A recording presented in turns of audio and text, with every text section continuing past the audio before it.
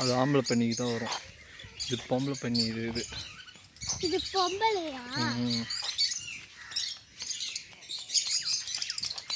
லேசா இருந்தாலும் பல்லு 2 பல்லு வெளியே தெரிதா உனக்கு? தெரிதா?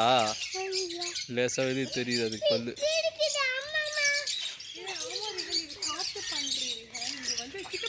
முட்டிடும். ஏய் முட்டிடும். கத்துது பாரு. இது ஆம்பளை பண்ணினா 2 பக்கம் அப்படியே பல்லு 2 வெளியே வரும்.